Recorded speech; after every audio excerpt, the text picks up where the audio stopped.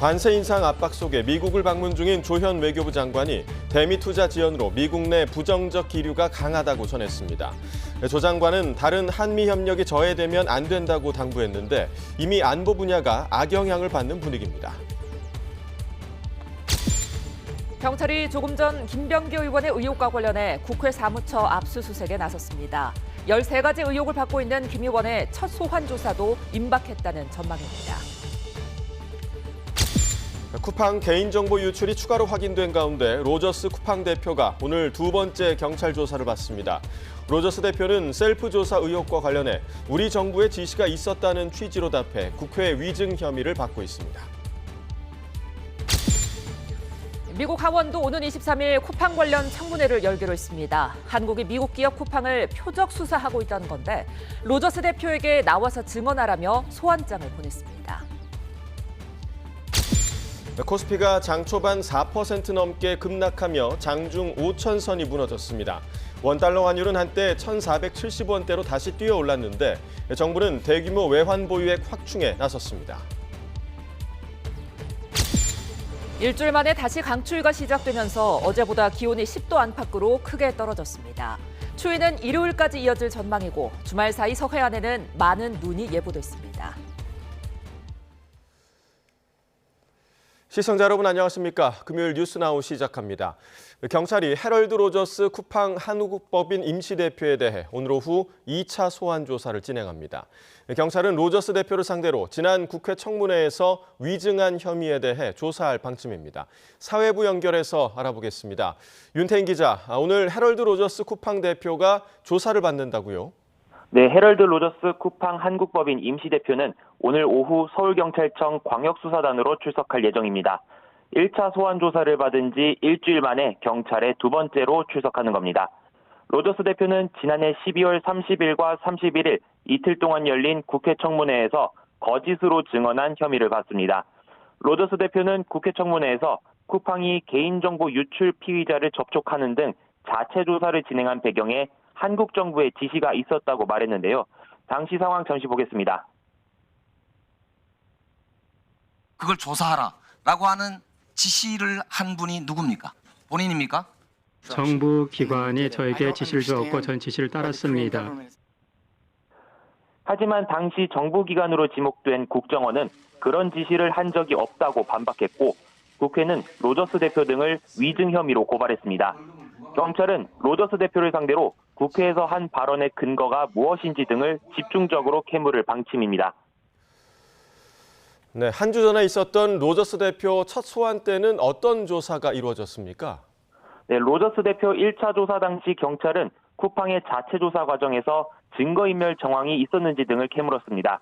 쿠팡은 지난해 11월 발생한 대규모 개인정보 유출 사고를 자체적으로 조사하는 과정에서 증거를 인멸한 것이 아니냐는 의혹을 받고 있습니다. 경찰의 출석 요구 세 번째 만에 응했던 로저스 대표는 조사 전반에 걸쳐 자신의 혐의를 소명한 것으로 전해졌습니다. 경찰은 정보 유출 피의자의 노트북 포렌식 결과 등을 토대로 로저스 대표가 1차 조사에서 한 진술 내용을 분석하고 있습니다. 네, 또 국회 위증과 자체 조사 중 증거인멸 의혹 외에도 로저스 대표에게 다른 혐의도 있다고요? 네, 로저스 대표는 쿠팡 측이 지난 2020년 물류센터에서 일하다 숨진 고 장덕준 씨 사건을 숨기려 했다는 의혹과 관련해서도 시민단체로부터 고발당했습니다. 로저스 대표는 고 장덕준 씨 산재 책임을 축소하고 회피하는 보고를 지시했다는 혐의로 고발됐는데요. 쿠팡 측은 숨기는 것 없이 정부 조사에 협조해왔다는 입장이고 로저스 대표도 의혹을 강하게 부인하는 것으로 전해졌습니다. 경찰은 산재 은폐 의혹과 관련해서도 로저스 대표에 대해 절차와 규정에 따라 출석 조사 등을 추진한다는 방침입니다. 지금까지 사회부에서 YTN 윤태인입니다. 경찰이 김병기 의원이 받는 13가지 의혹과 관련해서 국회 사무처에 대한 압수수색을 벌이고 있습니다. 공천원금 1억 의혹과 관련해서도 경찰이 수사를 시작한 지 한 달여 만에 강선우 의원과 김경전 서울시 의원에 대한 구속영장을 신청했는데 이 청구 시점에도 관심이 쏠리고 있습니다. 현장에 나가 있는 취재기자 연결합니다. 이수빈 기자. 네, 서울경찰청 광역수사단입니다. 네, 경찰이 국회 사무처 압수수색에 나섰다고요? 네, 경찰이 오늘 오전 김병기 의원 의혹과 관련해 국회 사무처에 대한 압수수색에 나선 것으로 파악됐습니다. 다만 정확히 어떤 의혹과 관련된 건지는 확인되지 않았는데 사건 관련 인물의 국회 출입 기록 등을 확보하기 위한 것으로 파악됐습니다.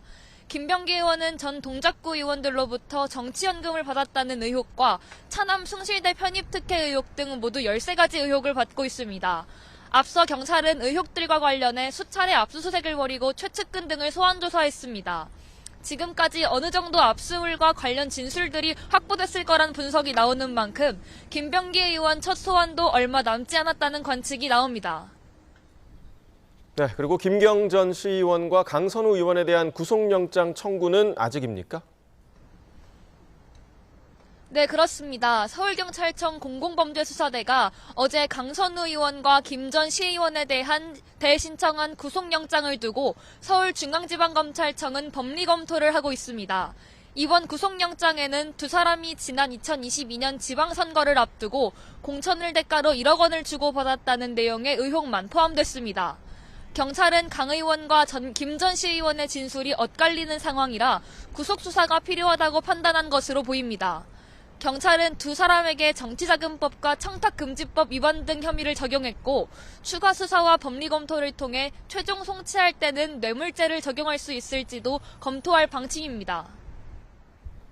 네, 그럼 구속영장이 청구되면 이후 절차는 어떻게 해야 됩니까?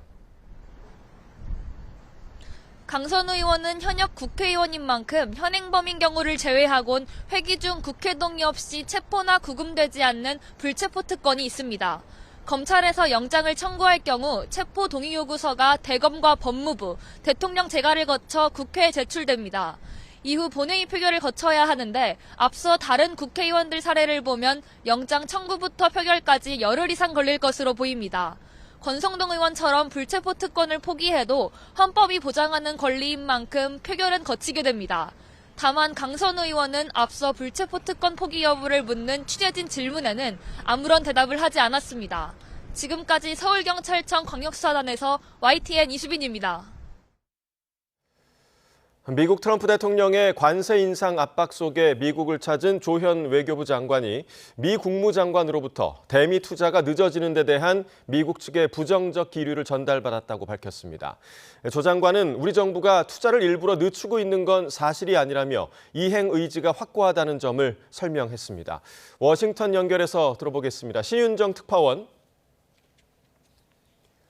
네, 워싱턴입니다. 네, 조현 장관이 미국 안보 통상수장들과 잇따라 면담을 했다고요. 협상 소식 자세히 전해주시죠. 네, 핵심 광물 장관급 회의 참석 등을 위해 미국을 찾은 조현 외교부 장관 특파원단 간담회를 열고 2박 3일 방미 결과를 설명했는데요. 먼저 첫날 열린 비공개 회담에서 마코 루비오 미 국무장관은 한미 관계가 나쁜 상황은 아니지만 통상협의 이행과 관련해 미국 측 내부 분위기가 좋지 않다는 이야기를 공유했다고 전했습니다. 이에 조 장관은 미국의 한국에 대한 관세 재인상 움직임 원인으로 지목된 대미 투자 특별법안 처리를 일부러 미루고 있는 게 아니라고 설명했는데요. 조 장관 발언 잠시 들어보겠습니다.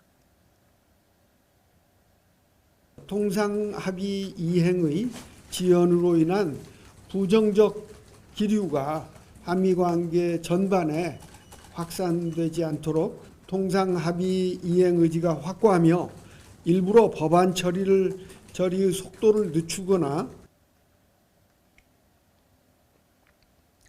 조 장관은 통상과 안보 합의 이행 속도의 차이가 있을 수 있는 만큼 통상 문제로 안보 등 다른 분야 협력이 저해돼선 안 된다는 점을 강조했다고 설명했습니다.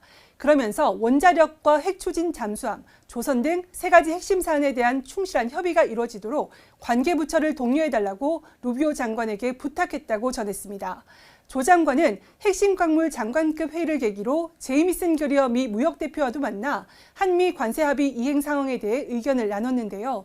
그리어 대표는 한국에 대한 관세 재인상이 초래할 수 있는 파장을 이해하지만 비관세 장벽과 관련한 사안에서도 진전된 입장을 보여주는 게 중요하다고 강조했다고 조 장관은 설명했습니다. 네, 그렇다면 관세 재인상과 관련해서 백악관이나 미 의회의 구체적인 움직임도 있습니까? 네, 백악관은 한국에 대한 관세 인상의 구체적인 적용 시기를 파악하고 있지 않다고 밝혔습니다. 캐롤라인 레빗 백악관 대변인은 오늘 브리핑에서 한국에 대한 관세 인상 시점이 언제냐는 취재진 질문에 구체적인 시간표를 갖고 있지 않다고 답했는데요. 레빗 대변인 발언 잠시 들어보시죠. I don't have a timeline for you on that, but I will make sure that our trade team here at the White House gets you an answer swiftly and promptly. John. Thank you so much, Caroline. 미국 유관 부처들이 한국 관세 인상을 공식화할 관보 게재를 협의하고 있는데 아직 구체적인 일정은 확정되지 않은 것으로 보입니다. 일각에서는 미국 측이 일부러 관보 게재 시점 등에서 모호성을 유지하면서 더 유리한 조건으로 대미 투자 협상을 이어가고 있는 게 아니냐는 지적도 나오고 있습니다.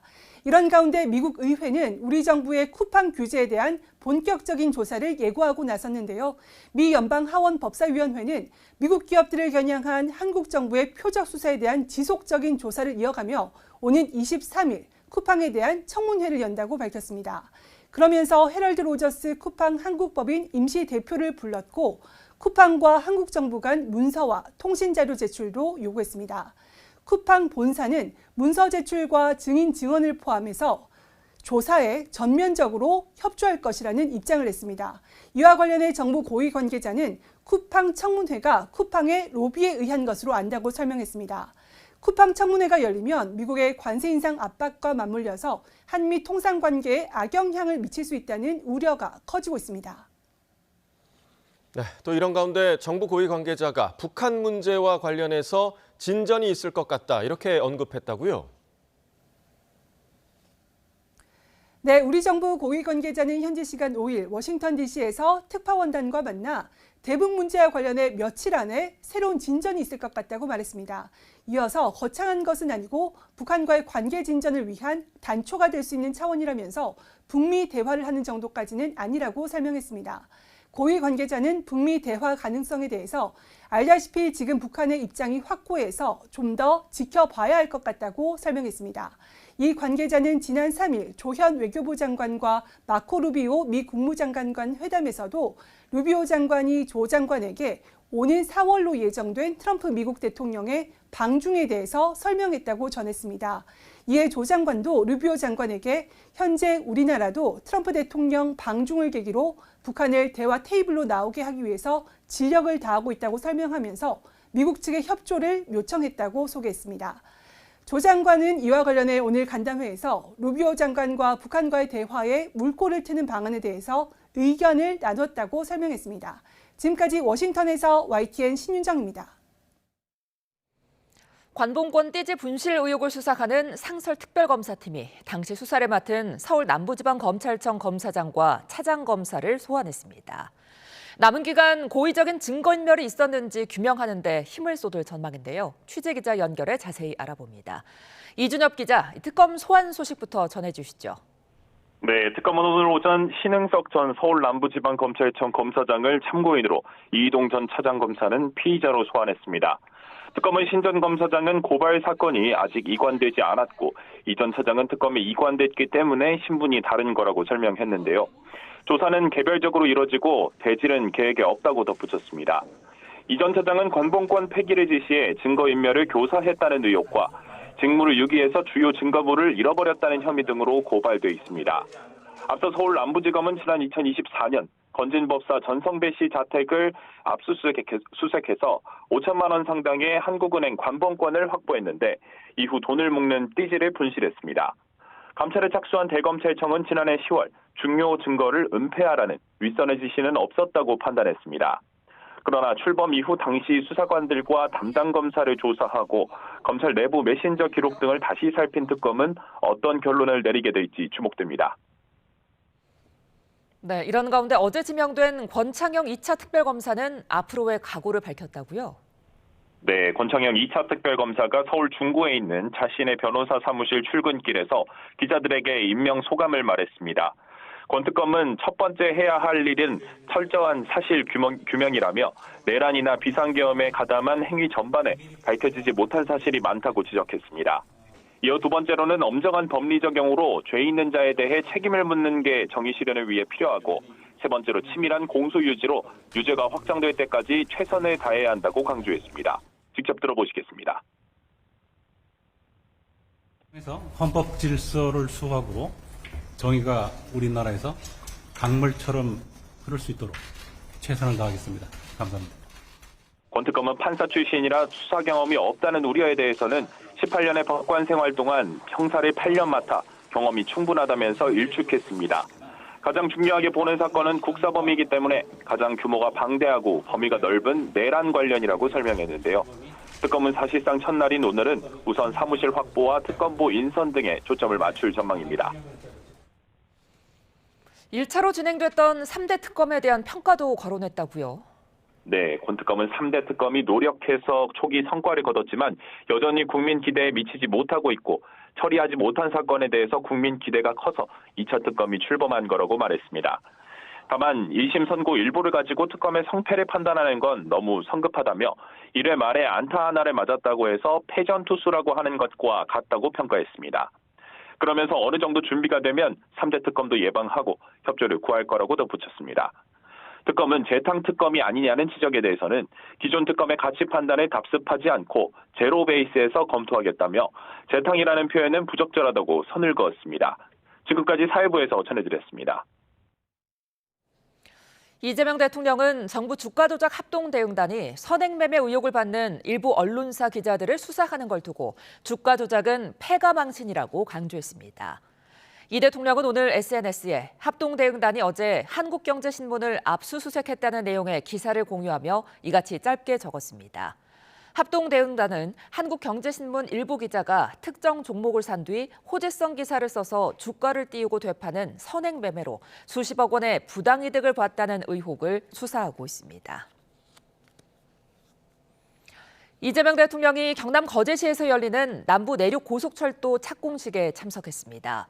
거제와 경북 김천을 잇는 이 철도가 오는 2031년 개통되면 거제에서 서울까지 2시간 40분이면 이동할 수 있습니다. 현장으로 가보겠습니다. 존경하는 국민 여러분, 그리고 사랑하는 경상남도, 경상북도 도민 여러분, 참으로 오랫동안 기다리셨습니다. 남부 내륙철도가 마침내 착공합니다. 이 뜻깊은 착공식을 온 국민과 함께 진심으로 축하드립니다. 박수로 함께 하겠습니다.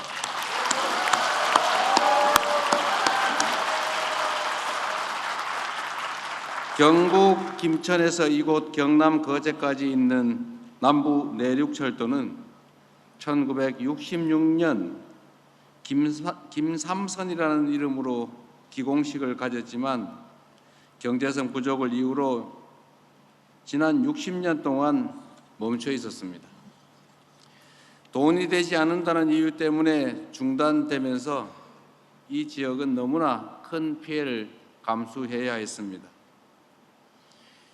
주민들은 타지를 가려면 오랜 시간 차를 타야 했고 청년들은 일자리를 찾아 먼 도시로 떠나야만 했습니다. 동네에 기차역 하나 없는 서름이 시간이 지나며 지역의 경쟁력을 떨어뜨렸고 끝내 지역의 소멸 위기까지 불러오고 말았습니다. 그래서 남북 내륙철도는 단순히 선로 하나를 놓는 사업이 아닙니다. 수도권의 모든 것이 집중된 일극 체제에서 벗어나 사람과 지역을 잇고 기회를 연결하며 지역의 성장 동력을 만들어내는 국토 대전환의 시작입니다. 따라서 오늘은 한계에 달한 수도권 중심 성장에서 벗어나 지방 주도 성장의 새로운 문을 열어젖히는 역사적인 날로 기억될 것입니다. 그렇지 않겠습니까, 여러분?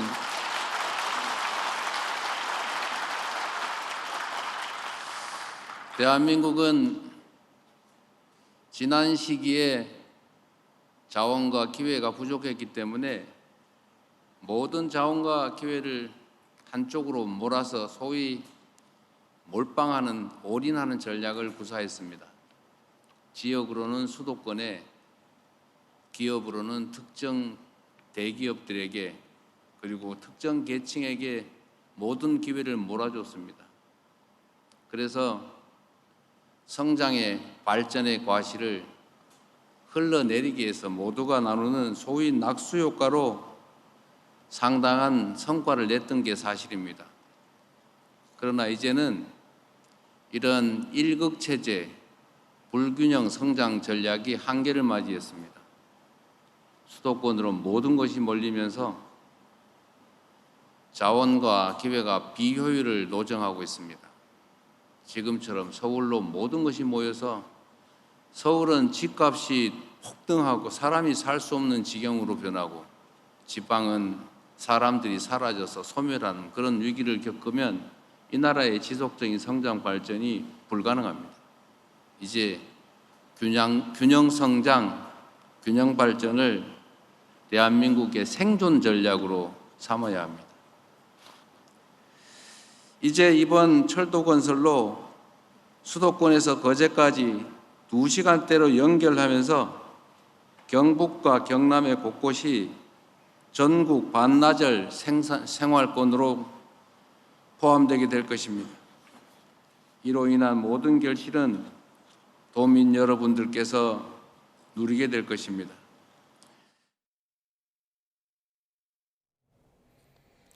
다음 소식입니다. 조국 혁신당 합당을 둘러싼 민주당 내분이 점입가경입니다. 합당 일정과 방식을 담은 내부 문건이 알려지면서 당 내에선 미력설도 다시 등장했는데요. 국회로 가봅니다. 박정현 기자. 네, 국회입니다. 예, 민주당 아침 회의에서 합당 문제로 또 한 번 공개 설전이 벌어졌다고요? 네, 비당권파 최고위원 3명을 중심으로 공개 성토가 쏟아지면서 회의장은 또 싸늘하게 얼어붙었습니다. 시작은 이원주 최고위원이었습니다. 합당 관련 최근 여론조사를 제시하면서 왜 선거를 앞두고 국민 호응도 별로고 당내 반대도 심한 합당을 계속 우기냐며 합당은 필승이 아닌 필망카드라고 경고했습니다. 오늘 아침 언론 보도로 공개된 내부 문건에 대한 문제 제기도 잇따랐는데요. 합당 절차 및 추진 일정 검토안이란 제목의 A4 7장 분량 민주당 대회비 보고서엔 합당 절차를 이번 달 27일 또는 다음 달 3일까지 마무리 짓고 혁신당 측에 지명직 최고위원을 주는 등의 합당 방식이 담긴 거로 전해졌습니다. 이에 대해 황명성 최고위원은 처음부터 답이 정해진 답정너 합당이란 정황이 드러났다고 발끈했습니다. 합당 시점을 정 대표 첫 발언 뒤 열흘 내 완료한다고 정한 건 역시 밀실로비가 아니면 성립하기 어려운 일정이라며 당장 합당 관련 모든 절차를 멈추고 정 대표도 책임을 져야 한다고 날을 세웠습니다. 강득구 최고위원은 이 문건이 사실이라면 합당 미략을 한 거라며 전적으로 정 대표가 책임지라고 촉구했습니다. 최고위원들 발언이 끝난 뒤 정 대표는 당대표로서 의견을 두루 듣고 올바른 방향으로 나갈 수 있도록 성심성의를 다하겠다면서도 거듭 당심에 달렸다고 강조했습니다. 합당 문건 공개에 대해선 정식 회의의 보고도 논의도 되지 않은 거라며 문서 유출 경위에 대해 엄정 조사를 지시했습니다. 해당 문건은 1월 27일 실무진 검토 차원에서 작성된 것으로 일각의 미략설은 사실이 아니라고 지도부는 백브리핑을 통해 거듭 일축했습니다. 조국 혁신당도 아침에 곧바로 입장문을 내고 조국 대표를 포함해 혁신당 측 누구와도 협의하거나 통지하지 않은 내용이라고 선을 그었습니다. 정 대표는 일단 오늘도 4선 이상과 점심 식사를 하고 오후엔 3선 의원들과 만나 경청 행보를 이어간다는 계획인데요. 그러나 합당 문건 공개 파장은 최고위를 넘어 원내 전체로 번져가는 모습입니다. 박홍근 의원은 정 대표가 합당 문건을 보고받지 않았을 가능성은 매우 낮다며 다음 주 초까지 수습책을 내놓지 않으면 특단 행동에 나서겠다고 엄포했고요. 한준호 의원도 정 대표의 경위 설명 요구와 함께 지방선거 전 합당 논의를 멈출 걸 약속하고 합당 문제를 논의하기 위한 긴급 의원총회 소집을 요구했습니다. 네, 이번엔 국민의힘 상황 살펴보겠습니다. 장동혁 대표, 내일까지 당내 공식 요구가 있을 경우에 본인 거취를 전당원 투표에 붙이겠다고 사실상 최후 통첩을 보냈는데요. 당 안팎의 반응 어떻습니까? 장동혁 대표는 사퇴나 재신임을 요구한다면 전당원 투표에 응하겠지만 대신 상대도 자리를 거는 정도의 책임은 져야 할 거라며 조건을 달았습니다. 어제 깜짝 발표 뒤 아직 원내에서 공식적으로 장 대표에 대한 사퇴나 재신임 요구가 나오진 않았습니다. 다만 한동훈 전 대표 제명 사퇴 뒤 장 대표의 거취 표명을 요구했던 인사들은 본질을 피해간 책임 회피 정치라고 반발하고 있습니다. 처음 재신임 투표를 제안했던 김용태 의원은 재신임 논의가 나온 건 지방선거를 이겨야 한다는 인식에서 비롯된 게 아니겠냐며 당을 포커판으로 만들었다고 쏘아붙였습니다. 권영진 의원도 SNS 글을 통해 조폭식 공갈 협박이냐며 장 대표에 바라는 건 사퇴나 재신임이 아니라 윤어게인 등 극우 세력과 절연하고 통합 혁신의 길로 나아가는 것뿐이라며 정신 차리라고 맹비난했습니다.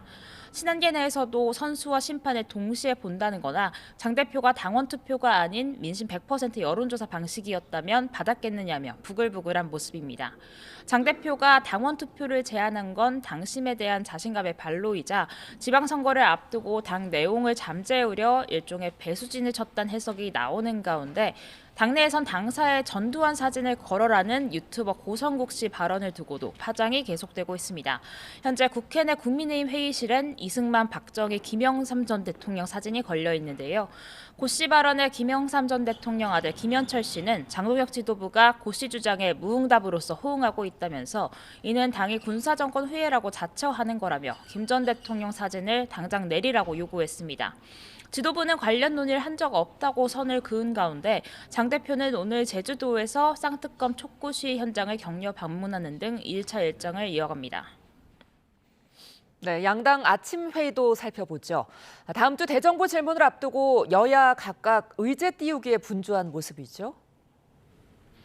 네, 민주당 정청래 대표는 1심에서 무죄가 나온 위례 신도시 개발 비리 의혹에 검찰이 항소를 포기함으로써 또 한 번 조작 기소가 드러났다며 사법개혁 필요성에 목소리를 높였습니다. 이번 임시국회 안에 법 왜곡죄, 대법관 증언 등 법안들을 반드시 처리하겠다고도 공언했습니다. 아울러 공소청에 보안수사 요구권만 주는 안을 당론으로 정한 것 관련 요구권을 준다는 건 수사권을 완전히 폐지한다는 뜻이라고 부연했습니다. 한명도 원내대표는 최근 여야가 극적 합의를 이룬 대미투자특별법 시급성을 강조하는 동시에 다음 주 본회의에서 최대한 많은 법안이 통과되게 준비하겠다고 밝혔습니다. 국민의힘은 경찰의 강선우 의원 구속영장 신청을 고리로 민주당 공천뇌물 의혹을 파고들었습니다. 송원석 원내대표는 경찰이 한 달 넘게 시간을 걸더니 뇌물죄는 빠지고 민주당 공천 과정 자체에 대한 문제는 일절 언급도 되지 않은 부실 영장을 내놨다며 거듭 특검 필요성을 강조했습니다. 또 이재명 대통령의 SNS 부동산 메시지를 겨냥해 우려를 제기하는 목소리에 막이란 표현까지 동원해 국민 편가르기를 한다며 서민들은 대출을 옥죄는 정부의 각종 규제에 고통받고 있다고 공세를 폈습니다. 지금까지 국회에서 전해드렸습니다. 코스피가 장 초반 5% 넘게 급락하면서 한때 4,900선까지 무너졌습니다. 프로그램 매도 주문이 중단되는 사이드카가 나흘 만에 다시 발동되는데요. 지금은 5,000선을 회복했습니다. 취재기자 연결해 증시 상황 알아봅니다. 손효정 기자, 오늘 코스피가 또다시 급락했죠? 네, 코스피는 개장부터 3% 가까이 내리며 5,010선으로 출발했습니다. 이후 내림폭이 빠르게 커지면서 5,000선 아래로 떨어졌는데요. 장중 4,890선까지 밀리면서 4,900선마저 무너지기도 했습니다. 지금은 낙폭이 줄면서 5,000선을 회복한 데 이어 5,100선 가까이까지 올라왔습니다. 장 초반 급락장이 펼쳐지자 한국거래소는 코스피 매도 사이드카를 발동했습니다. 선물지수가 5% 이상 하락한 채로 1분 이상 지속돼 프로그램 자동 주문 효력을 5분 동안 멈춘 겁니다. 올해 두 번째 매도 사이드카로 지난 2일 이후 나흘 만에 다시 발동됐습니다. 오늘 하루에만 외국인 투자자가 2조 원을 투매하고 있습니다. 기관이 매수 우위로 돌아섰고 어제 역대 최대 규모의 순매수를 기록했던 개인이 1조 5천억 원어치 주식을 사들이고 있습니다. 시가총액 상위 종목 대부분 파란불이지만 낙폭이 줄었습니다. 삼성전자와 SK하이닉스는 4% 안팎 하락했다가 약보합세로 돌아서 지금은 각각 15만 8천 원, 84만 원대로 올라왔습니다. 코스닥 지수도 하락세가 둔화하면서 1,090선을 나타내고 있습니다. 지난밤 미국 증시가 급락하자 우리 증시도 직격탄을 맞았는데요. 인공지능 기업들의 대규모 자본 투자 리스크가 불거진 가운데 고용 경기 악화, 금은 가격의 급락 등이 맞물리며 투자 심리가 얼어붙었습니다. 이번 주 코스피가 급등락을 반복하면서 이른바 공포지수로 불리는 코스피 200 변동성 지수는 코로나19 시기였던 2020년 3월 이후 최고치를 기록했습니다. 원달러 환율은 위험자산 회피 심리가 커지면서 1,470원대로 뛰어 올랐다가 지금은 1,460원 후반으로 소폭 내렸습니다. 환율이 장중 1,470원을 웃돈 건 지난달 22일 이후 처음입니다. 지금까지 한국거래소에서 전해드렸습니다. 일주일 만에 다시 강추위가 시작되면서 어제보다 기온이 10도 안팎으로 크게 떨어졌습니다. 찬 공기가 내려오면서 공기는 점차 깨끗해지겠지만 추위는 주말과 휴일에도 이어질 전망입니다. 특히 서해안에는 많은 눈도 예보돼 대비가 필요해 보이는데요. 취재기자 연결해 날씨 상황 짚어봅니다. 김민경 기자, 오늘 아침 기온 몇 도까지 내려갔습니까? 네, 오늘 아침 서울 기온은 영하 8.2도로 어제 아침보다 10도 나뚝 떨어졌습니다. 찬바람의 체감온도는 영하 14.9도까지 내려갔는데요. 한파특보가 발령 중인 중부 내륙을 중심으로는 기온이 영하 10도 안팎, 체감온도는 영하 15도 안팎을 기록했습니다. 한낮에도 서울 기온은 영하 3도, 체감온도는 영하 7도로 종일 춥겠습니다. 주말인 내일은 추위가 한층 강해지겠는데요. 이로 인해 기상청은 조금 전 오늘 밤 9시 발효로 경기 북부와 강원 북부의 한파주의보는 경보로 격상하고 충청 전역과 전북, 경북 일부 지역에서도 대설주의보를 확대 발령했습니다. 다만 이번 추위는 길게 이어지지 않고 월요일 낮부터는 다시 영상권을 회복하며 차차 누그러질 전망입니다. 지난달 북극 한파만큼은 아니지만 큰 기온 변화 속에 다시 추위가 찾아온 만큼 한파로 인한 피해 없도록 건강과 시설물 관리에 신경 쓰시기 바랍니다. 밤사이에는 서울에도 초미세먼지 주의보가 내려지는 등 공기가 굉장히 안 좋았는데요. 지금 상황은 어떻습니까? 네, 밤사이 황사와 스모그가 유입되면서 미세먼지와 초미세먼지 농도 모두 나쁨 수준 이상으로 오르며 공기가 탁했습니다. 서울에도 한때 초미세먼지주의보가 발령되는 등 곳곳에 특보가 내려지기도 했는데요. 하지만 북쪽에서 찬 공기가 내려오면서 현재 초미세먼지 농도는 전국이 좋음 수준으로 회복했습니다. 다만 황사 영향은 아직 남아있어서 대부분 지역의 미세먼지 농도는 보통 수준으로 낮아졌지만 서울 등 수도권과 충청은 여전히 나쁨 수준을 유지하고 있는데요. 국립환경과학원은 낮 동안 청정한 공기가 더 유입되면서 전국의 미세먼지와 초미세먼지 농도 모두 점차 낮아질 걸로 내다봤습니다. 네, 그런가 하면 주말 사이 서해안에는 대설특보 수준의 많은 눈도 예보됐다고요? 네, 찬 공기가 상대적으로 따뜻한 서해를 지나면서 충남과 호남 서해안, 제주 산간에는 많은 눈이 예보됐습니다.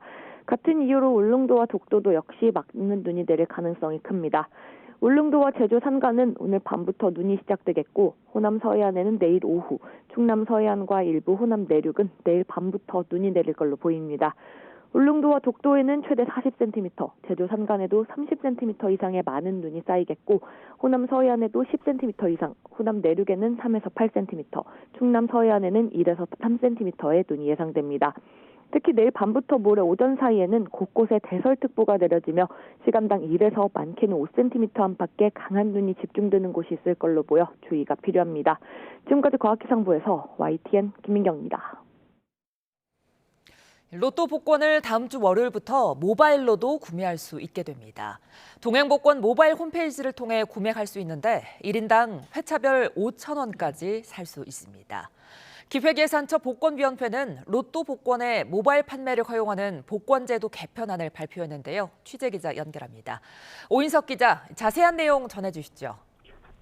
네, 정부가 다음 주 월요일인 9일부터 복권 구매자는 동행복권 모바일 홈페이지를 통해 로또 복권을 구매할 수 있도록 하는 복권제도 개편 방안을 발표했습니다. 지금까지 로또 복권은 복권 판매점을 직접 방문하거나 인터넷 PC로만 구매가 가능했는데 모바일을 통해 편리하게 구매할 수 있게 된 겁니다. 복권위는 모바일 판매를 계기로 젊은 층을 포함한 전 세대가 나눔 문화를 공유할 수 있을 것이라고 배경을 설명했습니다.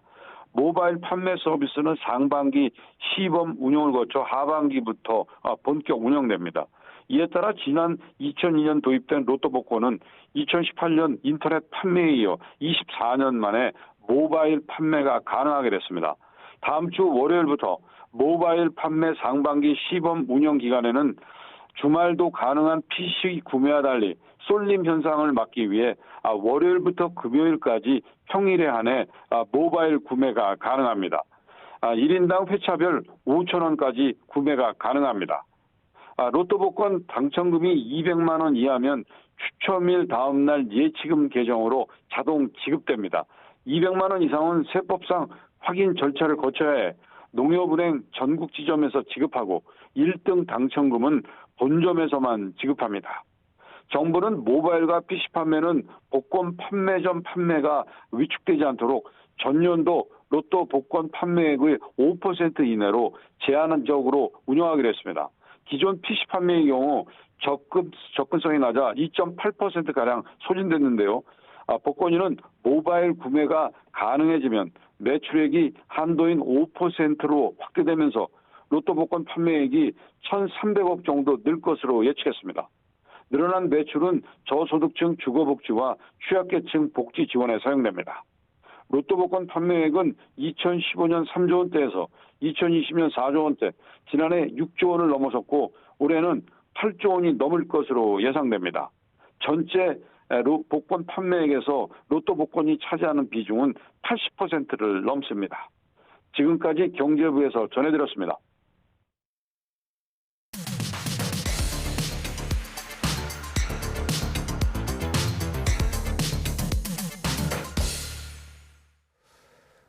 각이 살아있는 정치평론 시사정각 시작합니다. 오늘도 각이서는 두 분을 모셨습니다. 전용기 더불어민주당 의원, 이용호 전 국민의힘 의원 나오셨습니다. 어서 오십시오. 안녕하세요.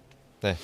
자, 장동혁 국민의힘 대표가 재신임이나 사퇴를 요구하면 전당원 투표를 실시하겠다 이렇게 밝혔습니다. 이를 두고 당내 반응이 엇갈리고 있는데요. 먼저 관련 내용 듣고 이야기 나누겠습니다.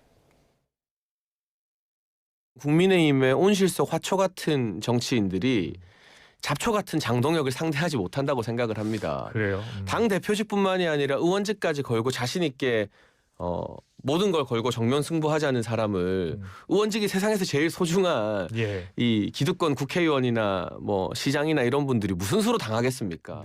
적어도 어제의 기자회견 이후로 당내에서 장동혁 대표의 거취를 가지고 사퇴 요구를 하거나 뭐 지방선거 이전에 비대위 체제를 거론하는 사람들은 이제 다 사라지지 않겠나. 정치를 하라고 했더니 이 포커판을 만들어버리는 포커판을 만들었다. 당대표의 인식 수준, 자해 정치 수준에 최소한의 기대마저도 물거품이 되는 것 같아서 굉장히 안타까웠고요. 당의 위기에서 정말 지도자의 역할을 기대했던 제 바람이 높았던 것 아닌가, 굉장히 자괴감이 좀 많이 들었습니다. 많은 시민들께서 좀 국민들께서 그 발언을 보시고 굉장히 경악하셨을 것 같았고요. 네, 장동혁 대표가 승부수 겸 엄포를 내놓은 것으로 보이고, 그리고 장해찬 부원장은 SNS 보니까 애견남 의원들 사이에서 남자 정치를 보여주고 있다, 또 이렇게 평가를 하기도 했더라고요. 좀 어떻게 보셨습니까? 뭐 이런 평가가 저는 크게 국민의힘에 도움이 되지는 않는다고 보고 있습니다. 기본적으로 오세훈 시장 이야기를 안 할 수가 없는데요. 실제 선거를 앞두고 있는 오세훈 시장은 중도층에게 이렇게 국민의힘이 분열되는 모습들을 바람직하지 않다고 봤기 때문에 장동혁 대표에게 당대표직 사퇴를 이야기하지 않았습니까? 그만큼 저런 분열들이 결국에는 중도층에게 굉장히 많은 영향을 미칠 것이고 당장 지방선거에도 유해할 것이다라고 보고 있는데 장동혁 대표는 본인이 결국 한동훈 대표와의 싸움에서 정치적 승리를 하기 위해서 모든 것을 던지고 있는 모양새거든요. 아무래도 이 부분이 당장의 선거를 앞두고 있는 후보자들 입장에서는 굉장히 안타까울 생각이 밖에 안 들 거라고 저는 보는 것이고요. 추가적으로 그것을 부추기는 모습도 결국에 국민의힘에게는 굉장히 안 좋은 모습으로 각인될 것 같습니다. 저는 지금 장동혁 지도부가 지금 지방선거에는 별 관심이 없고 본인들의 기득권을 지키기 위해서 혈안이 돼 있다라고 평가합니다. 지금 뭐 분석해 주신 바에 따르면 장동혁 대표가 한동훈 전 대표를 너무 의식하는 거 아닌가라는 생각도 좀 들고요. 그렇다면 장 대표가 이 전당원 투표 승산이 있다, 이렇게 판단을 해서 던진 거라고 보십니까? 아마 투표하면 승리할 것으로 제시받을 거라고 생각이 되는데요. 저도 어제 장동혁 대표의 제안을 기자회견으로 봤는데 이게 재심을 묻겠다는 건지 아니면 안 하겠다는 건지 도대체 어디에 무게중심이 있는지를 잘 모르겠더라고요. 예. 그래서 상식적으로는 좀 납득하기 어려운 제안이다 이렇게 생각을 하는데 사실 한동훈 전 대표를 제명하고 나서 당 안팎에서 그 장동혁 대표의 그 재심을 물어야 된다라고 하는 제안이 있었단 말이에요. 이러면 장동혁 대표가 이걸 무겁게 받아들여서 본인이 지방선거를 앞두고 리더십을 회복한다는 차원에서 그냥 물으면 될 텐데 이런 굳이 조건을 내건 것이 좀 이상하다라는 생각을 해요. 왜냐하면 이게 비유를 하자면 지난번에 한동훈 전 대표가 그 당시에 단계 문제와 사과를 할 때 그냥 사과를 하면 되는데 부대 조건을 달았잖아요. 그러니까 결국은 뭐 이게 조작이다. 혹은 뭐 정치 보복이다 이런 얘기를 붙이면 본질은 사라지는 거거든요. 본인이 재심을 묻겠다고 생각했으면 이 부분만 진정성 있게 제안을 할 일인데 굳이 당대표직 플러스 또 국회의원직까지 얹혀서 본인은 그걸 결연한 의지라고 생각할지 모르지만 어떤 그 조건을 내세운 것은 자칫하면 본질을 훼손시키고 또 정치적으로 납득하기 어려운 그런 감정적인 어떤 제안이다 이렇게 받아들일 수밖에 없는 상황이기 때문에 조금 논란이 있는 것 같습니다. 조건 때문에 이 결단에 대한 좀 진정성이 좀 의심스럽다 이렇게 분석을 해주셨는데 그럼 지금 조금 전에 이제 오세훈 시장을 언급을 해주셨습니다만 지금 이 의원께서는 지금 지방선거 앞두고 지자체장들의 불안감이 상당히 좀 커지고 있잖아요. 이 부분을 좀 지도부에서 어떻게 좀 대처를 해야 한다고 좀 보십니까? 당연히 국민들의 마음을 살 수 있도록 지도부가 국민들의 얘기를 경청할 필요가 있고요. 지금은 국민의힘이 사실은 거대 여당의 어떤 의정 폭정을 막기 위해서 그런 국회 활동도 필요하지만 지방선거를 앞두고 하나가 되는 화합하는 모습을 보여달라는 건데 한동훈 전 대표를 제명할 때부터 사실은 정치적 해법을 찾지 못하고 처음부터 예견됐던 상황이거든요. 이렇게 후폭풍이 있을 거라고 하는 것은 예견됐던 건데 여기에 대해서 또다시 배세비 정치를 계속하겠다고 하는 것이 도대체 선거를 치르겠다는 것이냐 이런 비판적 여론이 있고 실제로 선거 이제 몇 달 안 남았습니다. 이런 상황에서 오세훈 시장 같은 지자체장 유력한 우리 당의 후보인데 이런 분들이 더 이상 이걸 하면 승산이 없는 단계로 가니까 얼마나 속이 타겠어요. 이런 상황에서 국민의 목소리를 전달하는 것인데 이걸 가지고 또 서울시장을 걸고 직을 걸고 그러면 사퇴를 얘기하라 이렇게 한다면 이게 우리 국민들이 볼 때 도대체 이게 서울시장 직이라고 하는 게 이게 뭐 개인적으로 마음대로 걸 수 있는 자리냐 이런 비판도 나올 수도 있고요. 그런 차원에서 정말 우리 후보들의 입장 한 사람 한 사람은 정말 다급한 상황이다. 이걸 중앙당 지도부가 좀 더 낮은 자세로 경청할 필요가 있다 이렇게 생각합니다. 지금 뭐 화합을 언급해 주셨지만 사실 지금 국민의힘에서 화합의 분위기는 전혀 읽히지 않고 있는 상황이고 실제로 당무감사위에서 당협위원장 37명 교체 권고가 담긴 이 결과를 지도부에 보고를 하기도 했고 배현진 의원에 대해서 윤리위 제소 그리고 뭐 이제 고 김영삼 전 대통령의 아들 김현철 이사장은 지금 김 전 대통령 사진을 그럼 국민의힘에서 내려라 이렇게 요구하기도 했고 전혀 화합의 모습이 보이지 않는데 김용태 의원이 이거 민주당만 좋은 일 시키는 거다 이런 얘기도 했습니다. 민주당 입장에서는 좀 어떻게 보고 계십니까? 민주당도 지금 할 말은 없는 순간이고요. 국민의힘에서 본인들이 지금 정치적 도박을 하는 것들은 결국 국민들께 심판을 받을 수밖에 없다는 말씀을 드리고 싶습니다. 기본적으로 지방선거에 도움도 안 되는데 왜 이런 행위를 하는 것이냐라고 하는 것들은 조금 전에 말씀드렸던 것처럼 지방선거를 지더라도 본인들이 강하게 밀어붙였던 그 강성 당원들을 지지 기반으로 한 기득권은 남아있을 거기 때문에 아무래도 다음 선거를 위해서 분열 세력이라고 지칭되는 한동훈계를 완벽하게 쫓아내는 전략을 쓰고 있다. 저는 그렇게 판단하고 있거든요. 그리고 추가적으로 직을 걸어라고 하는 싸움들은 한동훈계를 더욱더 어렵게 만드는 저는 정치적 계산이 깔려 있다고 보고 있습니다. 쉽게 얘기해서 만약에 장동혁 대표가 재신임 투표에서 재신임을 받아버린다면 그야말로 모든 당원들도 한동훈 대표를 제명했던 이 결정들을 결국에는 사실상 명분을 더 실어주는 꼴이 그렇죠. 되거든요. 그러면 한동훈 대표는 앞으로 국민의힘에서 정치 못할 겁니다. 그런 상황을 지금 더욱더 초래하고 있는 것이 한동훈계를 옹호하는 사람들이기 때문에 오히려 한동훈 전 대표를 더 정치적으로 어려움에 빠뜨리는 행위가 될 것이고 국민의힘 전체를 사실상 강성 지지층에 휘둘리는 완전한 극우 정당의 선언 정도의 선언 정도로 넣는 것에 불과하다 저는 그렇게 생각하고 있습니다. 예, 친한계 의원들을 향한 이른바 입틀막 전략이 아닌가 그런 생각도 좀 들고 조금 전에 이제 그 김현철 이사장 얘기 관련해서는 지난달에 고성국 씨가 당사에 전두환 씨 사진을 걸어라 이런 얘기를 했는데 사실 아마 많은 분들도 그렇게 생각하시겠지만 너무 나간 발언이 아닌가라는 반응이 있을 수도 있고 또 왜 지도부에서는 고성국 씨의 발언에 대해서 전혀 제재 조치가 없는가? 왜 고성국 씨 앞에만 서면 작아지는가? 이런 반응도 있을 수 있을 것 같거든요. 근데 뭐 한 유튜버의 얘기에 일일이 당에서 반응하는 것은 적절치 않고요. 그리고 당도 이제 입장을 내서 그런 뭐 전두환 씨의 사진을 걸자 이런 것에 대해서는 아예 처음부터 고려의 대상도 아니고 언급하는 것 자체가 적절치 않기 때문에 무시하는 이런 상황이다. 저는 맞다고 보고요. 다만 김현철 씨 같은 경우는 이제 아버지가 YS 김영삼 전 대통령인데 사실 보수 정당이라고 하는 게 박정희 대통령부터 쭉 이어져서 전두환 뭐 이런 보수 군부 정권의 이게 맥 속에서 이어왔는데 사실은 그런 정통성이 어떻게 보면 좀 없는 그런 정당의 정치 민주화에 앞장섰던 김영삼 전 대통령이 거기에 들어와서 사실은 좀 정당을 어느 정도 좀 그런 대로 모양을 갖춘 그런 상황이 됐는데 이런 고성국 씨 같은 사람이 전두환 전 대통령의 사진을 김영삼 전 대통령하고 나란히 거는 거에 대해서 어떻게 참을 수 있겠습니까? 그런 차원에서 저는 뭐 얘기할 수 있다고 보고요. 그것은 꼭 뭐 사진의 문제가 아니라 지금 우리 당이 가는 모습이 우리 국민들에게 어떻게 비춰지는가 하는 부분에 대해서 좀 깊이 생각할 필요가 있고요. 저는 지금 장동혁 지금 대표가 너무 강성 어떤 인사들에게 둘러싸여 있구나라는 생각을 해요.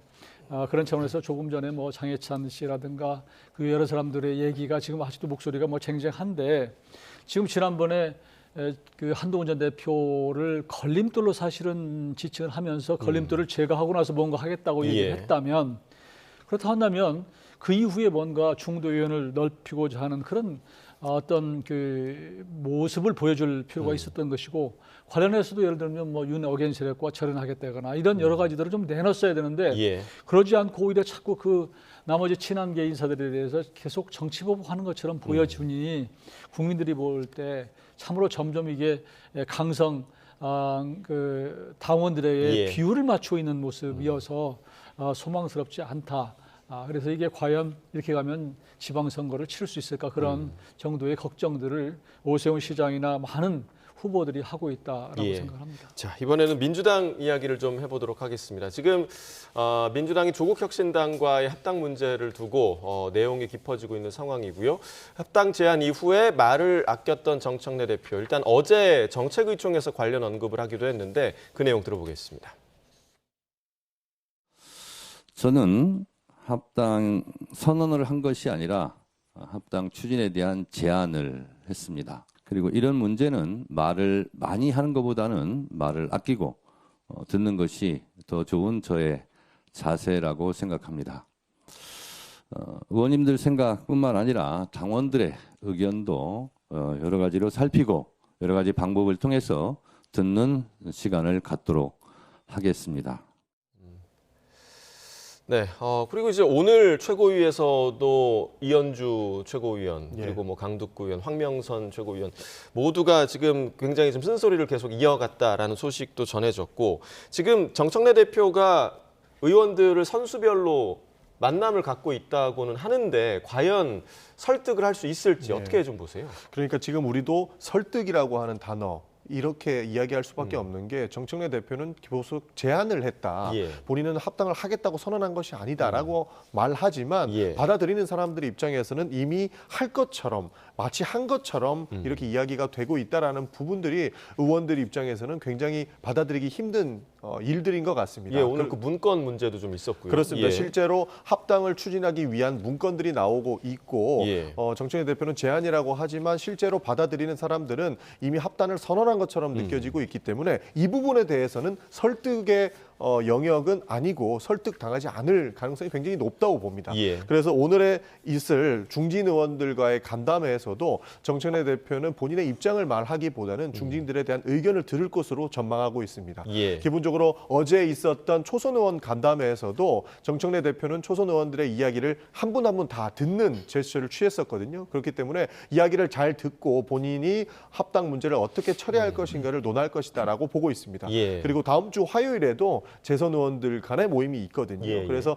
다른 의원들의 이야기를 다 들어보고 결정하는 것이 바람직하다고 판단했고 그렇게 추진할 것으로 보고 있습니다. 예, 그리고 이제 이 합당을 둘러싼 갈등, 그러니까 민주당내를 넘어서 조국혁신당과의 관계로도 확산되고 있는 그런 모습인데 관련 내용도 함께 좀 들어보겠습니다.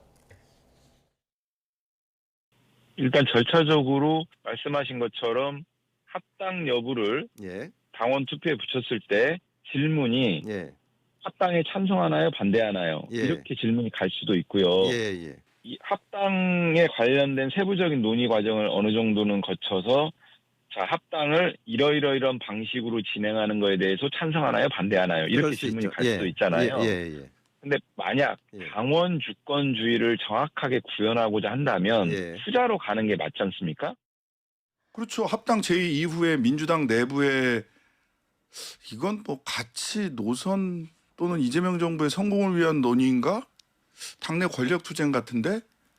라는 민주당 내부의 논의가 있을 뿐 민주당과 조국혁신당 간의 합당 논의는 없다. 자꾸만 이 말씀 더 드리기도 좀 그렇긴 하지만 왜냐하면 또 뭐 본회의 가면 또 얼굴 봐야 될 분들이 많아서 그 조롱하거나 모욕하는 방식으로 본인들의 내부 소위 권력 투쟁에 조국혁신당을 소재로 사용하고 있는 것처럼 느껴져요.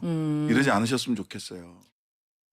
네, 지금 뭐 신장식 의원도 여러 지금 언론에서 인터뷰를 하면서 상당히 격한 반응을 쏟아내고 있는 상황이고 조국 대표도 우당에 대한 예의를 찾아볼 수가 없다 이런 지금 반응을 하고 있습니다. 지금 양당의 상황 좀 어떻게 지켜보고 계십니까? 저는 원래 이제 이 조국혁신당과 더불어민주당은 뭐 한 몸이나 마찬가지 아니에요? 지난 총선 때 지금 조국혁신당은 비례정당이었기 때문에 뭐 조국 대표가 무슨 정강 정책이 어떻고 비전이 어떻고 얘기하지만 사실은 같은 당이나 마찬가지다. 당시에 국민의힘도 위성정당이 있었죠. 근데 이제 총선 끝나고 나서 합쳤단 말이에요. 당연히 민주당도 합쳤어야 되는데 마치 다른 당인 것처럼 지금 해오다 이제 지방선거를 앞두고 지금 합치겠다는 거 아니에요. 그러니까 결국은 어떻게 보면 선거공학적으로 선거 구도를 잘 만들기 위해서 합치는 것일 뿐인데 처음 시작은 지금은 제가 보기에는 이게 변질돼 가지고 이게 권력 투쟁으로 바뀌었다. 그러니까 이재명 대통령을 중심으로 한 대통령파 그리고 정청래를 중심으로 한 이 당권파 이 양쪽 간에 지금 치열한 권력 투쟁이 되고 있고 거기에 국회의원들은 친명 쪽에 기울어 있기 때문에 숫자적으로는 전 우세한 것처럼 보이고요. 그리고 이제 조국당도 이번을 통해서 사실은 뭐 민주당과 합쳐서 조국 대표도 차기에 뭔가를 도모하고 싶은 절호의 기회라고 생각을 하는데 민주당 내가 저렇게 뭐 반발이 심하고 또 결국은 합치면은 정청래 대표의 입지만을 강화시켜주는 꼴이라고 이렇게 정치적으로 해석되는 상황이어서 참 난망할 것 같다 이렇게 저는 보여지는 것이고요. 다만 정청래 대표는 이번에 이제 1인 1투표제는 진짜 성공했잖아요. 본인이.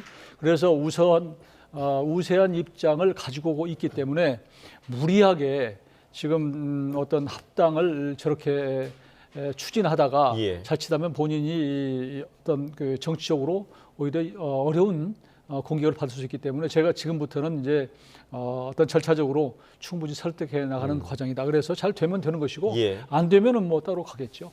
뭐 정청래 대표는 지금 뭐 의원들의 목소리를 듣고는 있지만 방점은 당원들의 목소리를 들어야 한다. 이 부분에 지금 정청래 대표의 의견이 꽂혀 있는 것 같거든요. 앞으로 좀 어떻게 좀 될 거라고 보십니까? 지금 이 정도까지 왔으면 절차적인 문제를 다시 밟지 않을 수 없다고 저는 판단을 합니다.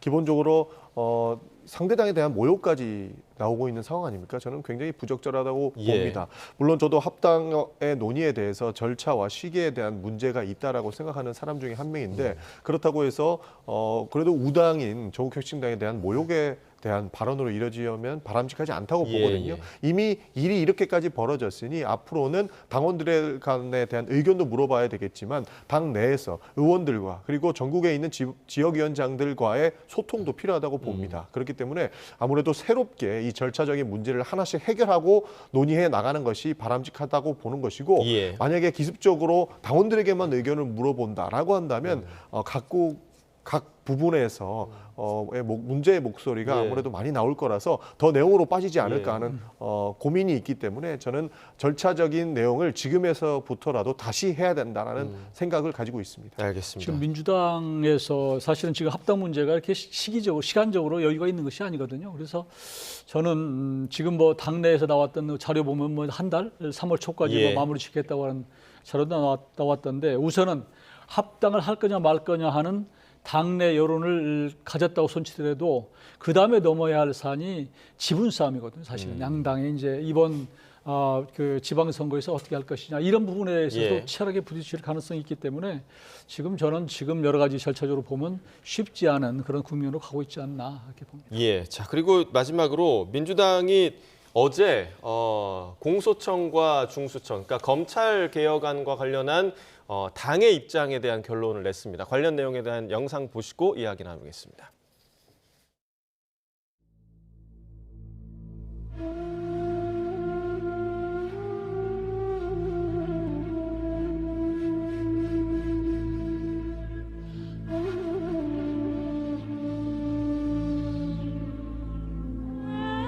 최종 의사 결정은 국회에서 본회의에서 하는 것입니다.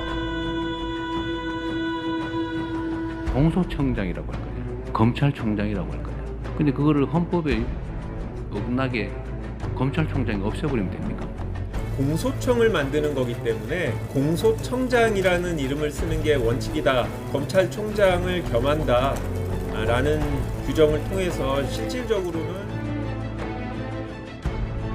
저는 보안 수사를 안 하는 게 맞다고 생각해요. 그러나 예외적으로 필요한 경우가 있어요. 그런 거 정도는 해주는 게 실제로 국가 업무를 효율적으로 처리하는 개인이다. 수사권은 인정하지 않고 보안 수사 요구권을 허용하되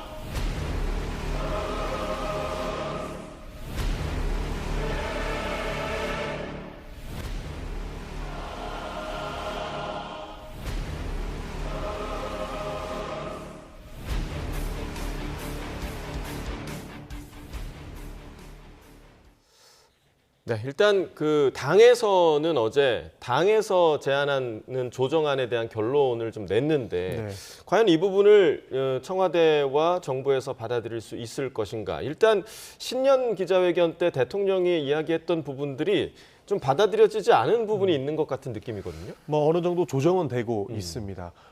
기본적으로 민주당에서 요구했던 것은 대원칙 속에서 수사 기소 분리였거든요. 그러나 현실 수사 당국 입장에서는 어느 정도 보안 수사권이 용인이 되어야만 피해를 보는 사람들이 줄어들 것이다라고 하는 것 때문에 괴리가 생긴 것인데 이 또한 어느 정도 조정은 되고 있기 때문입니다. 그리고 추가적으로 명칭에 대한 부분들, 그러니까 검찰 출신과 경찰 출신에 대한 명칭에 대한 부분들도 있었는데 이 부분도 정부안을 받아들이기보다 정부가 오히려 명칭을 일원화하면서 당과 있었던 이런 여러 가지 논쟁들을 정리하는 모양새를 만들어 왔거든요. 이렇듯 앞으로 남아있는 절차대로 따라간다면 당과 정부가 어느 정도 조율을 해서 수사 기소 분리를 이끌어내고 중수청과 공수청을 만들어낼 수 있을 것이다라고 보고 있습니다. 그렇기 때문에 지금 당장 당이 대통령의 의중을 받아들이지 않는다라고 이야기하기보다는 앞으로의 조절 과정 중을 거칠 것이다. 이미 당에 대한 의견은 정리가 됐다라는 말씀 드리겠습니다. 그러니까 검찰개혁안에 대해서 지금 이제 민주당이나 정부 여당에서는 이 부분을 조율하는 과정이다라고 표현을 하고는 있지만 이 부분을 또 갈등으로 보는 시각도 있단 말이죠. 갈등 정도를 넘어서서 제가 보기에는 이게 정권 초반에 대통령의 어떤 저렇게 사정하듯이 얘기하는 것을 당에서 외면하는 일은 처음 보는 것 같아요. 그러니까 지금 원래는 법을 이렇게 만들면 입법기관이니까 국회에서 만들면 나머지 시행령이나 이런 것들은 정부에서 하거든요. 예. 시행령이라고 해서 이제 그 집행기관에서 왜냐하면 이제 내용을 전부 잘 알기 때문에 그래서 지금 국무총리 산하에 그 TF를 만들어서 지금 조정을 해봤는데 이걸 당에서 지금 뒤엎은 거 아니에요. 그러니까 지금 보면은 우리가 자유민주주의를 하지만 이게 사회민주주의처럼 당의 우선이구나. 당의 힘이 정부의 어떤 힘보다 더 막강한, 예를 들어서 중국 같은 경우가 그렇단 말이에요. 당의 어떤 서열 자체가 앞서 있으면 정부에서도 사실은 꼼짝 못하는 이런 상황이 됐다. 저는 그렇게 보고요. 예. 당연히 지금 이재명 대통령이 말씀하신 대로 헌법상 이게 위헌이 되면 안 되기 때문에 검찰총장이라는 명칭이 있으면 그걸 써주는 게 맞고요. 이게 뭐 당에서도 어렵습니까? 내용이 더 중요한 것이지. 그리고 보안수사권의 문제도 이게 사실은 보안수사권 자체가 이게 하다 보면 예를 들면 공소를 유지해야 되는데 때로는 이게 내용이 비읍하면 이분을 좀 보안수사하세요 이렇게 얘기하는 게 맞단 말이에요. 합리적이고. 이런데 안 하겠다고 하는 거 아니에요. 그러니까 그러면 결국은 도대체 검찰 공소청이라고 하는 게 이게 유지할 수 있을까 이런 걱정 때문에 그런 것인데도 불구하고 당의 강성 의원들이 너무 지나치게 지금 검찰 없애고 하는데 하다 보니까 예. 정부의 심지어 대통령의 어떤 그런 입장까지도 무시하는 걸 보고 참 자칫하면은 이게 국정 운영에 당이 부담이 될 뿐만 아니고 나중에 검찰청을 해체하고 나서 국민들에게 상당한 피해가 갈 수 있겠구나 그런 생각이 들어서 당정 간의 이 문제에 대해서 더 잡으면 안 나오도록 좀 조정했으면 좋겠습니다. 예, 짧게 좀 그러니까 기본적으로 당의 입장을 먼저 반영하는 것이 아니고요. 입법부의 입장을 반영하는 겁니다. 그리고 왜 민주당 입김이 많이 들어가냐라는 말씀의 답변은 국민의힘이 제대로 된 당으로서의 활약을 못하기 때문입니다. 민주당이 추진하는 것, 정부가 추진하는 것은 무조건 필리버스터로 막아야 되겠다라고 하는 국민의힘이 제1야당이기 때문에 야당의 입장을 도저히 받아들일 수가 없는 겁니다.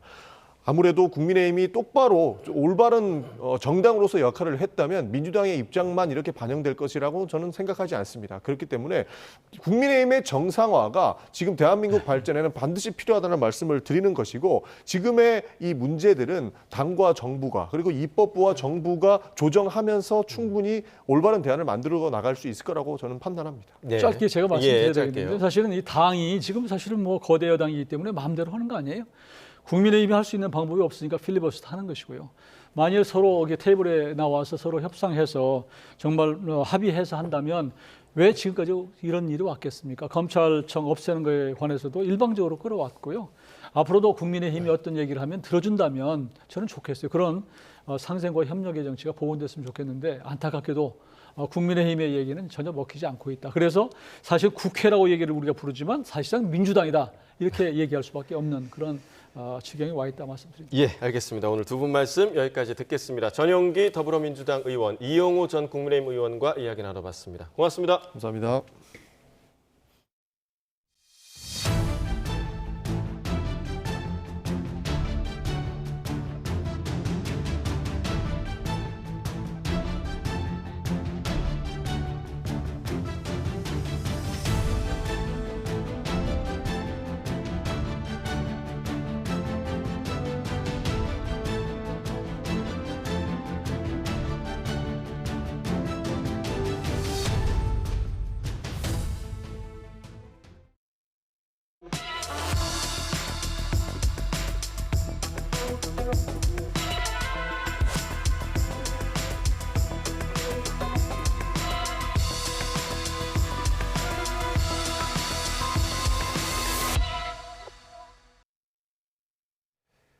경찰이 오늘 해럴드 로저스 쿠팡 한국법인 임시대표에 대한 2차 소환 조사를 진행합니다.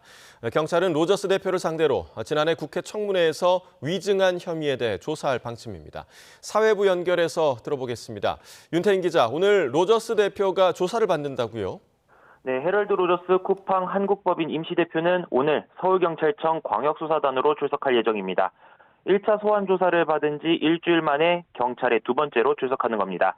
로저스 대표는 지난해 12월 30일과 31일 이틀 동안 열린 국회 청문회에서 거짓으로 증언한 혐의를 받습니다.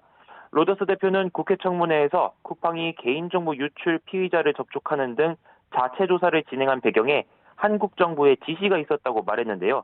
당시 상황 잠시 보겠습니다. 그걸 조사하라라고 하는 지시를 한 분이 누굽니까? 본인입니까? 정부 기관이 저에게 지시를 주었고 전 지시를 따랐습니다. 하지만 당시 정부기관으로 지목된 국가정보원은 그런 지시를 한 적이 없다고 반박했고 국회는 로저스 대표 등을 위증 혐의로 고발했습니다. 경찰은 로저스 대표를 상대로 국회에서 한 발언의 근거가 무엇인지 등을 집중적으로 캐물을 방침입니다. 네, 한 주 전 로저스 대표 첫 소환 때는 어떤 조사가 이루어졌습니까? 네, 로저스 대표 1차 조사 당시 경찰은 쿠팡의 자체 조사 과정에서 증거인멸 정황이 있었는지 등을 캐물었습니다. 쿠팡은 지난해 대규모 개인정보 유출 사고를 자체적으로 조사하는 과정에서 증거를 인멸한 것이 아니냐는 의혹을 받고 있습니다. 경찰의 출석 요구 3번째 만에 응했던 로저스 대표는 조사 전반에 걸쳐 자신의 혐의를 소명한 것으로 전해졌습니다. 경찰은 정보 유출 피의자의 노트북 포렌식 결과 등을 토대로 로저스 대표가 1차 조사에서 한 진술 내용을 분석하고 있습니다. 네, 국회 위증과 자체 조사 중 증거인멸 의혹 외에도 로저스 대표에게 다른 혐의도 있다고요? 네, 로저스 대표는 쿠팡 측이 지난 2020년 물류센터에서 일하다 숨진 고 장덕준 씨 사건을 숨기려 했다는 의혹과 관련해서도 시민단체로부터 고발당했습니다. 로저스 대표는 고 장덕준 씨 산재 책임을 축소하고 회피하는 보고를 지시했다는 혐의로 고발됐는데요. 쿠팡 측은 숨기는 것 없이 정부 조사에 협조해왔다는 입장이고 로저스 대표도 의혹을 강하게 부인하는 것으로 전해졌습니다. 경찰은 산재 은폐 의혹과 관련해서도 로저스 대표에 대해 절차와 규정에 따라 출석 조사 등을 추진한다는 방침입니다. 지금까지 사회부에서 YTN 윤태인입니다. 이런 가운데 로저스 대표가 쿠팡 임직원들에게 정부 조사에 적극적으로 협조하라고 당부했습니다. 로저스 대표는 임직원에게 보낸 이메일을 통해 예정된 추가 조사에 협조할 계획이라면서 자료 제출과 대면 인터뷰 등에 적극 임해 사태가 조속히 정리될 수 있도록 힘을 보태달라고 밝혔습니다. 쿠팡은 민관합동조사단과 개인정보보호위원회 등 10곳 이상 정부기관의 조사를 받고 있고 로저스 대표는 국회 관련 청문회와 관련해 경찰 조사도 받고 있습니다. 또 로저스 대표는 쿠팡 PB 자회사인 CPLB의 99원 생리대를 성공 사례로 언급하며 가격 인하 이후 단기간 재고가 소진되는 등 시장 반응을 얻었다고 평가했습니다. 지난해 우리나라 경상수지가 반도체 등 수출 호조에 힘입어 1,200억 달러가 넘는 역대 최대 흑자를 기록했습니다. 한국은행이 발표한 국제수지 잠정 통계를 보면 12월 경상수지 흑자 규모는 월간 기준 사상 최대치인 187억 달러로 집계됐습니다. 이에 따라 지난 한 해 누적 경상수지 흑자는 1,230억 5천만 달러로 2015년 기록했던 최대 기록을 넘어섰습니다. 또 32개월 연속 흑자로 2000년대 들어 두 번째로 긴 흑자 흐름을 이어갔습니다. 주가 조작 합동대응단이 한국경제신문에 대한 압수수색에 나섰습니다. 합동대응단은 한국경제신문 소속 일부 기자가 선행매매에 연루된 정황을 포착하고 본사 압수수색에 착수한 거로 알려졌습니다. 이로 인해 벌어들인 부당이득이 수십억 원에 달하는 거로 대응단은 보고 있습니다. 선행매매는 미리 주식 정보를 입수해 호재성 기사를 쓰고 이후 매도하는 방식으로 시세 차익을 챙기는 행위로 자본시장법 위반에 해당합니다. 조현 외교부 장관은 미 국무장관으로부터 대미 투자가 늦어지는 데 대한 미국 측의 부정적 기류를 전달받았다고 밝혔습니다. 조 장관은 우리 정부가 투자를 일부러 늦추고 있는 건 사실이 아니라며 이행 의지가 확고하다는 점을 설명했습니다. 워싱턴 신윤정 특파원입니다. 도널드 트럼프 미 대통령의 관세 인상 경고 속에 미국을 찾은 조현 외교부 장관은 미 행정부 내 우려의 목소리를 직접 전달받았습니다. 방미 첫날 열린 회담에서 마코 루비오 미 국무장관이 통상 합의 이행과 관련해 내부 분위기가 좋지 않다는 상황을 공유했다고 전했습니다. 이에 조 장관은 한국 정부가 대미투자 특별법안 처리 등 대미투자를 일부러 미루고 있는 게 아니라 설명했다고 밝혔습니다. 통상 합의 이행 의지가 확고하며 일부러 법안 처리의 속도를 늦추거나 그런 행위를 하는 그런 것은 전혀 사실이 아니라는 점을 설명하고, 조 장관은 합의 이행 속도에 차이가 있을 수 있는 만큼 통상 문제로 안보 등 다른 분야 협력이 저해돼선 안 된다는 점을 강조했습니다. 조 장관과 핵심 광물 장관급 회의를 계기로 만난 제이미슨 그리어 미 무역 대표는 비관세 장벽과 관련한 사안에서도 진전된 입장을 요구했습니다. 한미 무역 합의에서 온라인 플랫폼 규제 등을 통해 미국 기업이 차별을 받지 않도록 합의한 것에 대한 조치를 요구한 것으로 보입니다. 이런 상황에서 미국 의회는 미국 기업들에 대한 한국 정부의 표적 수사에 대응해 오는 23일 쿠팡 청문회를 연다고 밝혔습니다. 미국 연방하원 법사위원회는 헤럴드 로저스 쿠팡 한국법인 임시 대표를 불렀고 쿠팡과 한국 정부 간 문서와 통신 자료 제출도 요구했습니다. 쿠팡 본사는 문서 제출과 증인 증언을 포함해 미 하원 조사에 전면적으로 협조할 것이라는 입장을 냈습니다. 정부 고위 관계자는 조 장관과 루비오 장관 회담에서도 쿠팡을 암시하는 듯한 언급이 있었다며 쿠팡의 로비로 청문회가 열리는 것으로 안다고 전했습니다. 미 정부의 관세 인상 압박과 동시에 미 의회가 한국 정부의 쿠팡 규제에 대한 본격적인 조사에 나서면서 한미 통상 관계가 더 악화할 수 있다는 우려가 나오고 있습니다. 워싱턴에서 YTN 신윤정입니다. 경부고속도로에서 화물차 2대가 부딪혀 1명이 다치고 택배 상자가 도로에 쏟아졌습니다. 천안에 있는 아파트 꼭대기층에서 불이 나 자매가 병원으로 옮겨지기도 했는데요. 밤사이 사건 사고 권민석 기자가 전해드립니다. 찌그러진 화물차 운전석이 통째로 나뒹굴고 주인 잃은 택배 상자가 도로를 점령했습니다. 사고가 난 건 오늘 새벽 1시 40분쯤 충북 청주시 주감휴게소 부근 경부고속도로를 달리던 6.5톤 화물차가 앞서가던 13톤 트럭을 들이받았습니다. 사고를 낸 50대 화물차 기사가 목을 다쳐 병원으로 옮겨졌고 실려있던 택배가 한꺼번에 쏟아지기도 했습니다. 경찰은 화물차 기사가 졸음운전을 하다 사고를 낸 거로 보고 있습니다. 오늘 자정쯤엔 청주 남이분기점 부근 경부고속도로를 달리던 8.5톤 화물차가 가드레일을 추돌했습니다. 다친 사람은 없었고 화물차 조수석 바퀴 쪽이 심하게 망가졌습니다. 역시 화물차 기사의 졸음운전이 사고 원인으로 지목됐습니다. 어젯밤 9시 40분쯤엔 경기 부천시 소사동에 있는 삼거리에서 승용차가 오토바이를 들이받아 오토바이 운전자가 병원으로 이송됐습니다.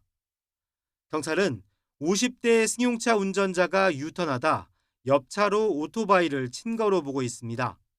비슷한 시각 충남 천안시 쌍용동에 있는 15층짜리 아파트 15층에서 불이 났습니다.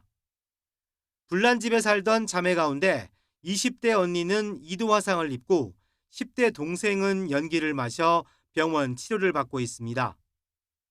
20여 분 만에 불을 끈 소방당국은 정확한 화재 원인을 조사하고 있습니다. YTN 권민석입니다.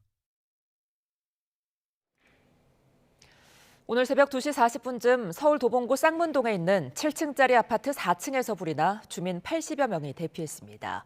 불은 40분 만에 완전히 꺼졌고 다친 주민은 없는 거로 파악됐습니다.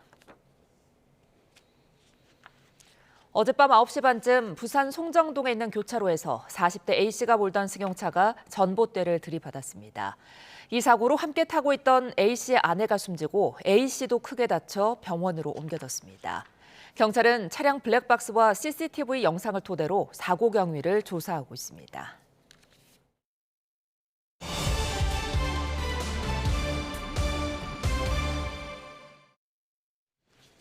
정부가 연일 부동산 시장을 겨냥해 압박 수위를 높이고 있습니다. 서울 아파트값이 52주 연속 오른 가운데 상승폭이 주춤한 모습을 나타내고 있는데요. 관련 내용 김준환 서울 디지털대 부동산학과 교수와 함께 이야기 나눠봅니다. 안녕하십니까? 안녕하십니까? 자, 서울 아파트값 상승폭이 살짝 좀 둔화한 모습입니다. 아무래도 예. 대통령이 연일 강경 메시지를 쏟아낸 게 효과가 좀 있는 걸까요? 아침에 일어나서 뉴스 보면은 뭐 대통령 메시지 SNS 나와 있고 집값을 좀 잡겠다 이렇게. 예. 근데 과거 문재인 정부 때랑 좀 다른 게 문재인 정부 때는 계속 이런 규제가 나와도 시장 반응이 좀 시큰둥했거든요. 예. 근데 이번에는 아무래도 코스피 5천이 어떤 부동산 시장에도 좀 영향을 미친 것 같아요. 야, 코스피 5천까지 가겠어? 그런데 금방 갔지 않습니까? 예. 그러니까 이재명 대통령의 어떤 정책에 대한 추진력, 일관성 이런 거에 대해서 시장이 좀 과거 때와는 다르게 되게 좀 제가 생각했던 거 이상으로 좀 민감하게 반응을 해서 지금 막 10% 이상 뭐 급매가 나오는 경우도 있고 뭐 이러니까 조금 시장의 반응이 예상보다 빠르게 움직이는 것 같습니다. 지금 NBS 조사 결과를 좀 보니까 다주택자 양도세 중과 유예 종료를 잘했다는 응답이 과반을 넘었더라고요. 60%를 넘게 예. 나온 거로 저는 봤습니다. 그러니까 지금 일단은 뭐 정책이라는 게 결국 국민의 어떤 여론의 지표인데 예. 60% 이상이 이제 지금 이재명 대통령이 추진하고자 하는 정책에 찬성을 하고 있기 때문에 예. 아마 지금 계속 탄력을 받고 좀 추진해 나갈 것 같습니다. 예. 그럼에도 불구하고 지금 서울 아파트값 상승세가 52주 연속 이어지면서 이게 네. 역대 3번째로 긴 상승세라고 하던데 이 흐름 어떻게 앞으로 전망하세요? 지금 제 생각보다는 빠르게 시장이 반응을 해서요. 지금 그 압구정 현대 같은 경우에는 이제 10억 이상 이제 저가 매물들이 나오기 시작했거든요. 예. 전 개인적으로 봤을 때는 이제 설이 지나고 나면 본격적으로 좀 하락세로 진입하지 않나 이렇게 생각을 하고요. 이 추세가 이제 5월 9일까지는 계속 하락세가 지속을 하다가 이제 5월 9일 이후에 이제 지방선거 이후에 종부세를 포함한 이제 추가적인 대책이 나오게 되면 제 개인적인 거지만 예. 올해는 아마 부동산 가격이 하락장이 좀 이어질 거라고 저는 개인적으로 생각합니다. 예, 지금 이제 서울 아파트 매물 중에 강남 3구 그 한강벨트 매물이 좀 늘었다고 하는데 예.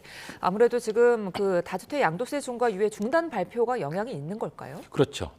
거기다가 이제 똘똘한 한 채에 1주택자도 실거주를 해야지 어떤 특별공제 같은 걸 혜택을 주겠다. 예. 그리고 제가 개인적으로 봤을 때는 종부세에 대해서도 실거주자와 실거주자가 아닌 1주택자인 경우에도 차등을 줄 가능성이 상당히 높습니다. 그리고 또 하나는 우리가 생각했던 것 이상으로 강남에 아파트를 2주택 이상 보유하고 있는 다주택자들이 의외로 많습니다. 예. 근데 그분들이 이제 주택을 처분할 때 과거에는 이제 어디 아파트를 처분할 거라고 할 때 재건축 아파트를 많이 보유하는 경향이 있었는데 예. 지금 시장 상황에서는 제가 보기엔 재건축 아파트라는 것이 실제 자녀 교육이나 거주할 때 굉장히 불편함이 있기 때문에 재건축 아파트를 먼저 처분할 가능성이 있습니다. 예. 그렇게 봤을 땐 제가 보기에는 이번에는 강남 재건축 아파트가 이제 직격탄을 맞을 가능성이 있다. 그래서 매도 물량도 많이 나오고 예. 또 가격이 하락하게 되고 또 그렇게 되면 우리나라의 전체 주택가격 패턴이 강남 재건축이 오르면서 주변이 오르고 떨어지면서 주변이 떨어지는 이런 그 트렌드로 가는데 예. 이번에는 이제 강남 재건축이 단기간에 좀 가격이 하락할 가능성이 높고 이에 따라서 주변적으로 가격 하락이 이제 확산될 가능성이 있기 때문에 올해는 전반적으로 이런 추세가 올 가능성이 있다라고 저는 개인적으로 판단합니다. 하지만 이 다주택자들의 매물이 팔리지 않거나 세부담이 커지면 오히려 매물이 잠길 거다 이렇게 보는 시각도 있던데 어떻게 전망하세요? 매물이 잠겨서 그 거래가 되지 않는 거랑 거래가 일어나지 않으면서 또 가격이 떨어질 수도 있거든요. 그러니까 실제로 이제 매물이 잠긴다는 것은 가격은 떨어지고 있는데 예. 사고자 하는 수요자가 생각하는 것보다 가격이 현재 비싸기 때문에 예. 집을 사지 않는다는 거죠. 여러 가지 여건도 좀 갖춰지지 않고. 근데 그렇다고 해서 매물이 잠긴다 그래서 가격이 떨어지지 않는다는 건 아닙니다. 그럼 그 과정에서 공급은 있고 수요는 없기 때문에 가격이 추가적으로 더 하락할 가능성도 있다라는 부분입니다. 근데 이번 같은 패턴에서 보면 제가 보기에는 매도 물량은 나오고 매수 물량은 계속 좀 방관하는 자세. 그러니까 좀 매수 물량은 좀 줄어드는 이런 시장에서 예. 제가 보기에는 이런 물량이 이렇게 거래가 줄어드는 상황에 있어서도 가격이 좀 계속적으로 하락하는 이런 추세로 갈 가능성이 상당히 높다 이렇게 볼 수 있습니다. 그러니까 매물이 근데 잠겨버리면 시장 자체가 얼어붙을 가능성도 있지 않을까요? 매물이 잠긴다는 것이 지금 많은 전문가들이 이제 양도세 중과 이후에는 매물이 잠길 거라고 얘기를 하는데 이게 만약에 모든 지금 규제가 양도세에서 끝난다면은 매물이 잠길 수가 있겠지만 이제 종부세 카드가 있습니다. 그래서 제가 보기에는 종부세 카드도 과거에 비해서는 좀 약간 차등을 두는 정책이 나오지 않나. 비싼 아파트, 그다음에 다주택자, 그다음 실거주하지 않는 비싼 아파트의 1주택 소유자인 경우에는 종부세가 우리가 과거에 생각했던 것 이상으로 굉장히 높게 나오기 때문에 실제로 문재인 정부 때도 한 차례 한번 종부세가 이렇게 한 5천만 원, 7천만 원 뭐 이상 이렇게 나온 적이 한 번 있습니다. 그때 굉장히 시장 반응이 충격적이었거든요. 이번에도 그렇게 된다면 그 이상으로 종부세가 나올 가능성이 있기 때문에 그렇게 된다면 사실 일반 월급쟁이들은 버티기 힘든 상황이죠. 그렇다면은 잠시 일시적으로 매물이 잠겼다가 다시 이제 종부세 카드가 나올 경우에는 다시 이제 매도 물량이 다시 나올 가능성이 있다. 이렇게 저는 보고 있습니다. 그런데 지금 뭐 매매가뿐만이 아니라 전세가도 오르면서 전세 매물 자체를 찾기가 힘들다고 하더라고요. 이제 곧 봄 이사철인데 전세 가격 전망은 어떻게 될까요?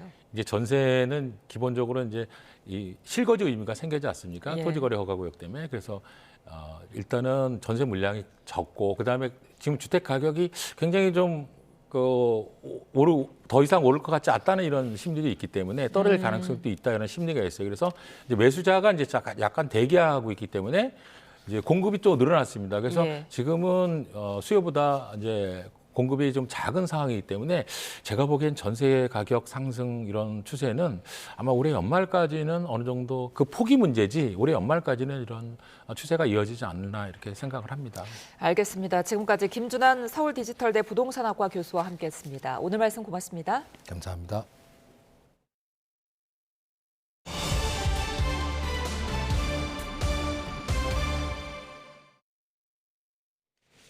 2차 종합특별검사로 임명된 권창영 변호사가 계엄 전반에 대해 철저한 사실규명이 필요하다며 포부를 전했습니다. 권 특검은 오늘 출근길 기자들과 만나 헌법 질서를 수호하고 정의가 강물처럼 흐를 수 있도록 최선을 다하겠다고 임명 소감을 밝혔습니다. 특히 내란 사건의 경우 밝히지 못한 사실이 많아 철저한 규명이 필요하다며 가장 많은 인력을 투입할 예정이라고 설명했습니다. 이어 법관 출신으로 수사 경험이 없다는 우려에 대해선 형사재판만 8년을 했고 형사사건 판결분만 4천 건 가까이 썼을 정도로 경험이 있다고 일축했습니다. 청와대는 공소청 검사에게 보안 수사권이 아닌 보안 수사를 요구할 수 있는 권리만 주는 방향으로 더불어민주당이 당 차원의 결론을 낸 데 대해 이를 바탕으로 당과 정부, 청와대가 추가 협의를 이어가겠다고 밝혔습니다. 청와대 관계자는 오늘 YTN에 여당에서 의견을 수렴하면 이를 갖고 더 논의해보겠다고 했던 만큼 민주당의 결론이 최종안은 아니라며 이같이 말했습니다. 또 다른 청와대 관계자도 공소청과 중수청 등 검찰개혁 관련 법안은 정부 입법으로 추진하기로 했다며 법무부가 중심이 돼 여당의 의견을 함께 검토할 거라고 설명했습니다. 위례신도시 개발비리 의혹 항소 포기를 두고 구체적인 근거를 밝히라며 검찰 내부에서 반발이 나왔습니다. 박철환 부산지검 중요경제범죄조사단장은 오늘 검찰 내부막에 위례신도시 사건 항소 포기 관련 정보공개 요청이라는 제목의 글을 올렸습니다. 박 단장은 기소할 당시와 항소를 포기할 때의 법리 검토 결과가 달라진 것인지 또 서울중앙지검이 항소 포기 이유로 든 항소 인용 가능성의 근거가 무엇인지 밝혀달라고 적었습니다. 또 수사검사, 공판검사, 서울중앙지검장, 대검찰청의 의사결정권자가 각기 어떤 의견을 가졌는지, 의사결정 과정에서 법무부의 의견을 들은 적이 있는지도 소상히 밝힐 필요가 있다고 주장했습니다. 다음 달 그룹 BTS의 완전체 컴백을 알리는 행사의 규모가 점차 확대하고 있습니다. 21일 광화문 광장 공연뿐 아니라 한 달 동안 서울 도시 전체를 BTS로 물들이겠다는 계획을 알렸습니다. 송재인 기자입니다. 지난 2023년 데뷔 10주년을 맞아 서울 곳곳을 보라색으로 물들였던 그룹 BTS. 군백기를 마치고 완전체로 돌아오는 다음 달에도 서울은 다시 한번 BTS의 도시로 거듭납니다. 먼저 신보 아리랑이 공개되는 다음 달 20일, 서울의 대표 관광지인 숭례문과 YTN 서울타워 미디어 파사드 연출로 귀환의 시작을 알리고, 다음 날에는 대망의 서울 광화문 광장 컴백 공연이 예고돼 당국과 세부 조율 작업이 한창입니다. 소속사 측 신청을 당국이 그대로 받아들이면 BTS는 경복궁안 근정문에서 시작해 흥례문과 광화문까지 이른바 왕의 길을 걸어 나와 광화문 광장 북측 무대에 오를 걸로 보입니다. 다만 이런 오프닝이 허가되더라도 현장 상황을 고려해 사전 녹화 영상으로 대체될 가능성이 큰데, 이후 BTS는 무대에서 댄서 50명, 아리랑 국악단 13명과 함께 전통과 어우러진 공연을 펼칩니다. 컴백 공연이 넷플릭스 생중계를 통해 전 세계를 달군 뒤에도 서울의 열기는 식지 않을 예정입니다. 22일까지 여의도 한강공원에서 BTS 음악을 나누는 프로그램이 진행되고, 4월에도 서울 도심의 돌담과 계단, 가로수 등이 BTS 노래 가사를 활용한 영상으로 수놓아집니다. 이처럼 도시 전역을 BTS의 공간으로 꾸미는 행사는 서울을 시작으로 전 세계 주요 도시에서도 진행될 계획입니다. YTN 송기입니다. 백제가 지금의 충남 부여에 도읍을 둔 시기 왕궁터로 거론되는 관북리 유적에서 피리 한 점과 행정문서로 사용된 목간 300여 점이 무더기로 발견됐습니다. 국립부여문화유산연구소는 충남부여 관북리 유적에서 탄소연대 측정 결과 서기 600년 전후 시기에 사용된 것으로 추정되는 가로 형태의 대나무 재질 피리 한 점을 발견했다고 밝혔습니다. 삼국시대를 통틀어 관악기 실물이 출토된 건 이번이 처음입니다. 또 당시 관등과 관직, 인사기록 등 국가행정 전반을 나무 조각에 써놓은 목간 329점도 함께 발견됐는데, 단일 유적에서 나온 목간 가운데 가장 많은 수량입니다. 유해진, 박지훈 주연의 사극 영화 왕과 사는 남자가 개봉 첫날 박스오피스 1위에 올랐습니다. 영화 왕과 사는 남자는 개봉일인 어제 하루에만 11만 명의 관객을 모았고, 사전 시사회 관객 등을 포함한 누적 관객 수는 14만 명을 넘어섰습니다. 이 영화는 비운의 왕으로 꼽히는 조선의 임금 단종의 시신을 수습한 인물 엄홍도의 이야기를 재구성했습니다. 민희진 어도어 전 대표가 설립한 연예기획사 OK레코즈가 신인 보이그룹 제작에 나서면서 캠페인 영상을 공개했습니다. 민희진 대표는 오늘 엔터테인먼트의 본질은 일상의 작은 행복을 통해 삶의 질을 높이는 데 있다며, 그 본질에 충실하게 프로듀서로서 진심을 담아 보이그룹을 기획하겠다고 밝혔습니다. OK레코즈는 SNS에 공개한 23편의 캠페인 영상을 통해서도 보이그룹 제작 소식을 알렸습니다. 영상에는 원티드라는 제목과 2008년에서 2013년 사이 출생자를 모집한다는 문구가 적힌 전광판이 등장하는데, 보이그룹 제작을 위한 오디션 개최를 암시하는 내용으로 풀이됩니다. 그룹 블랙핑크가 오는 27일 신곡 5곡을 담은 미니 3집을 내고 완전체 음악 활동을 재개합니다.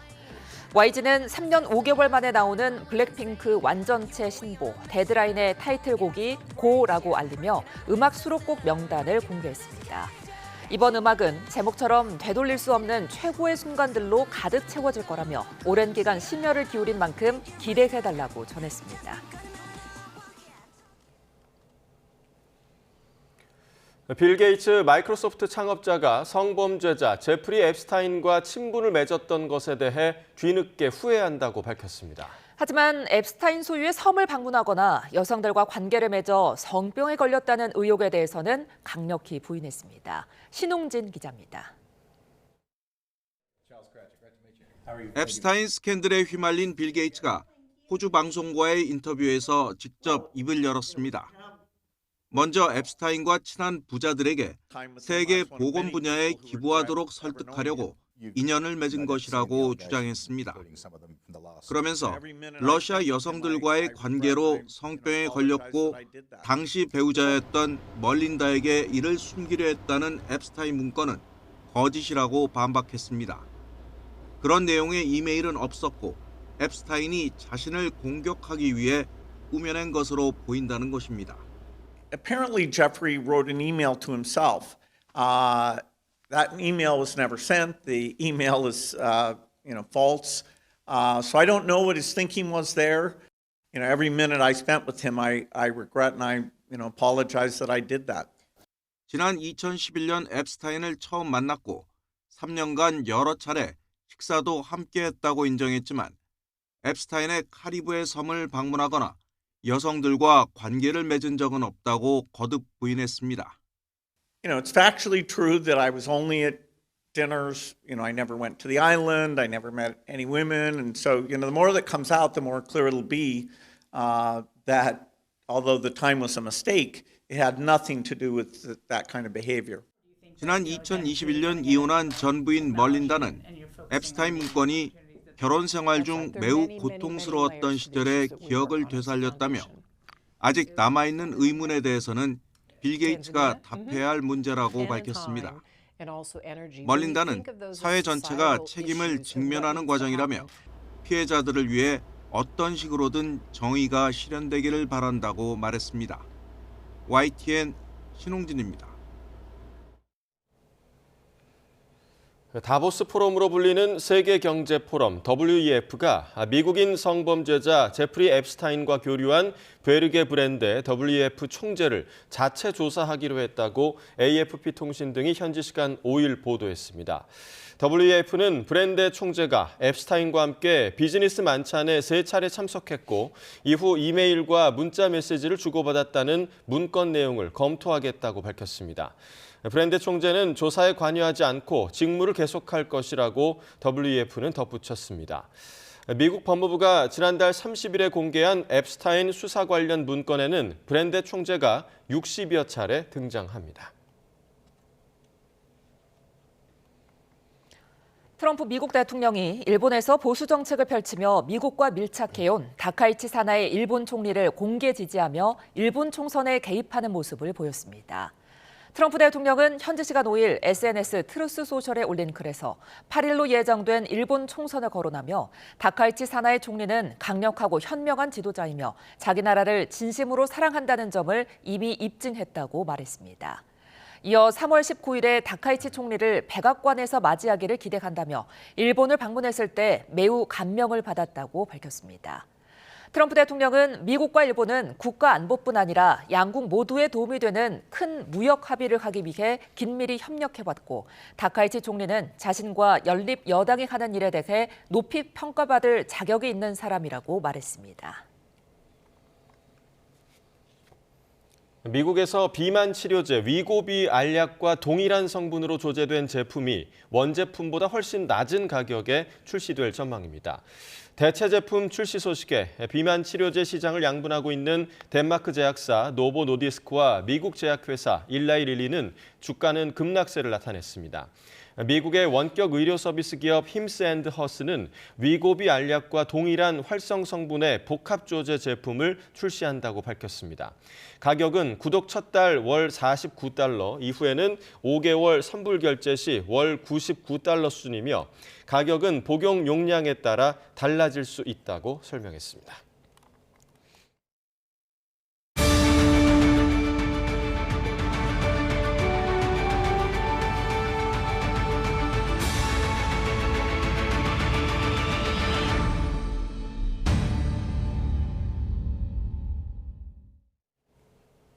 세계인의 겨울축제 동계올림픽이 내일 새벽 개막식과 함께 열전에 돌입합니다. 4년에 한 번 열리는 올림픽이지만 현지 열기는 기대만큼 달아오르지 않고 있다는데요. 밀라노 현지에서 허재원 기자가 취재했습니다. 이탈리아를 대표하는 관광지 밀라노 두오모 광장입니다. 동계올림픽 개막을 알리는 각종 전시물이 분위기를 띄우는 가운데 동계올림픽 공식 스토어 앞에는 긴 줄이 늘어섰고 성화봉송 행사를 눈에 담기 위한 수많은 관광객이 광장을 가득 메웠습니다. 도시 곳곳이 가는 곳마다 유적지여서 너무 좋고요. 올림픽 개막식도 보게 돼서 너무 영광입니다. Sì, già da tanto tempo fa. No, penso che è molto bello e sono orgogliosa di Milano che speriamo che tutto andrà bene. Io aspetto molto di vedere hockey perché sarà la mia prima partita che vedo, quindi sono emozionato, la vorrei vedere molto. 하지만 밀라노 중심가를 벗어나면 올림픽 개막을 앞둔 도시라고는 믿어지지 않을 정도로 한가로운 분위기입니다. 기존 시설을 최대한 재활용하기 위해 약 400km나 떨어진 4개의 권역으로 나뉘어 대회가 열리기 때문에 관심이 집중되지 않고 있는 겁니다. 여기에 예선이 열린 컬링장이 정전돼 경기가 중단되고 개막 직전까지 일부 경기장 공사가 마무리되지 않는 등 운영의 미숙함도 곳곳에서 드러나고 있습니다. 하지만 대회 조직위원회는 막상 메달 레이스가 시작되면 올림픽 열기가 본격적으로 달아오를 것으로 기대하고 있습니다. 조금은 어수선하고 지나치게 조용한 분위기 속에도 우리 선수단은 톱10 재진입이라는 목표를 향해 묵묵히 구슬땀을 흘리고 있습니다. 이탈리아 밀라노에서 YTN 허재원입니다.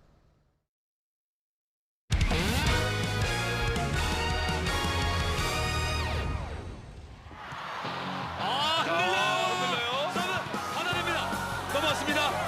구용찬부터 이민규의 선택, 디메트로프! 좋은 서브, 좋은 마무리! 빠르게 갑니다. 구용찬이 기다렸습니다. 자, 성공해요. 네, 뚫어냈습니다. 자, 이제 경기 시작한 지 2시간 25분이 흘렀습니다. 점수 27대 26. 황태기, 이해나를 선택합니다. 따라갑니다. 오, 받았어요. 백토스, 디메트로프!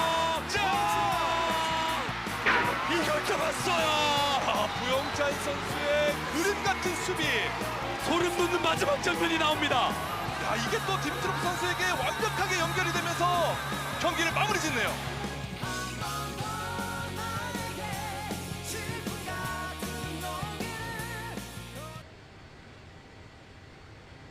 어제는 마치 초봄처럼 온화했는데 하루 만에 날씨가 한겨울로 급변했습니다.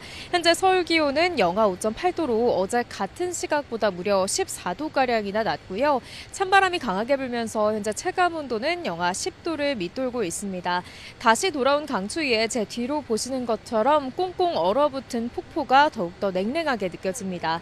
매서운 추위가 기승을 부리면서 한파특보도 확대 강화하고 있습니다. 경기 북부와 강원 중북부 내륙에는 한파경보가, 그밖에 수도권과 강원 남부 내륙, 충청과 전북 동부, 경북 곳곳으로는 한파주의보가 발령 중인데요. 한낮에도 서울 영하 3도, 전주 2도, 안동은 3도에 머무는 등 평년 수준을 2에서 6도가량 밑돌며 종일 춥겠습니다. 오늘은 대체로 구름만 많이 지나고 있지만 제주도에는 밤부터 눈비가 시작되겠습니다. 동쪽 지역은 메마른 날씨가 장기화하는 가운데 오늘 오전 서울 등 수도권과 충북, 전남 동부와 영남 곳곳으로 건조특보가 확대됐고요. 전국적으로 바람도 강하게 부는 만큼 산불 등 화재 사고 예방에 유의하시기 바랍니다. 주말과 휴일은 최저기온이 영하 12도까지 떨어지며 추위의 기세가 더 강해지겠고요. 호남과 제주도를 중심으로는 대설특보 수준의 많은 눈이 쏟아질 전망입니다. 황사의 영향으로 현재 수도권과 충청의 미세먼지 농도가 짙게 나타나고 있습니다. 중부지방은 오늘 오후까지 황사의 영향이 이어질 것으로 보이는 만큼 조금 더 호흡기 건강에 유의해 주시기 바랍니다. 지금까지 YTN 윤수빈입니다. 이상으로 금요일 뉴스나우 마칩니다. 시청해주신 여러분 고맙습니다.